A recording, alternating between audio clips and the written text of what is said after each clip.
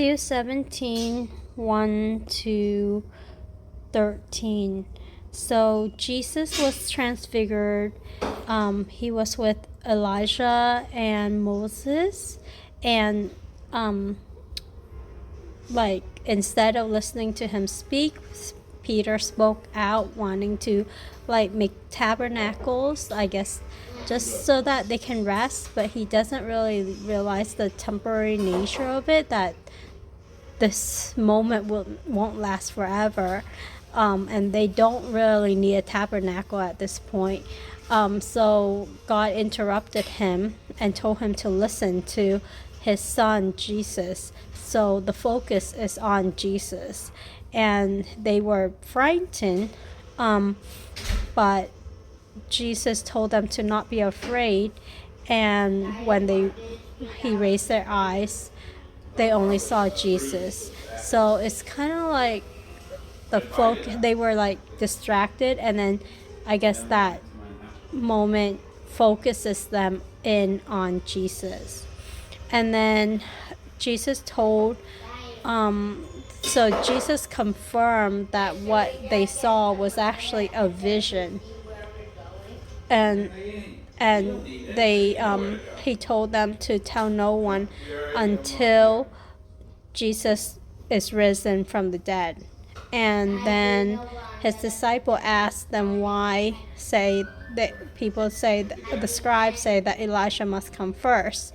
And this is the hard part to understand. Jesus said that John came with the power of Elijah, but in other translations said the power of Elijah. But this translation actually said that Elijah already came and they did not recognize him.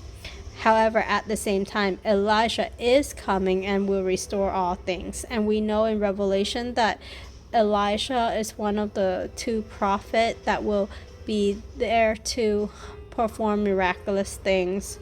And so when I read this, I'm like, so can the soul of Elijah actually be in different generation as God allow him to? And we know that Elijah never died, because in 2 Kings 2:11 it says that Elijah was taken up. When Elisha was looking at him, he was carried away by a whirlwind into heaven. I guess God did that so that he doesn't taste death, and that he can fulfill other plans of God at the specific time that God allow him to. But if Elijah was,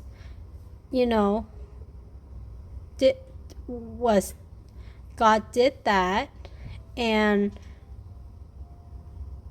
Elijah was John the Baptist, but then John the Baptist went through birth, then does that mean Elijah's soul can occupy different bodies? So I asked that to ChatGPT or AI, and it said that is not in an alignment with what Christian theology usually says.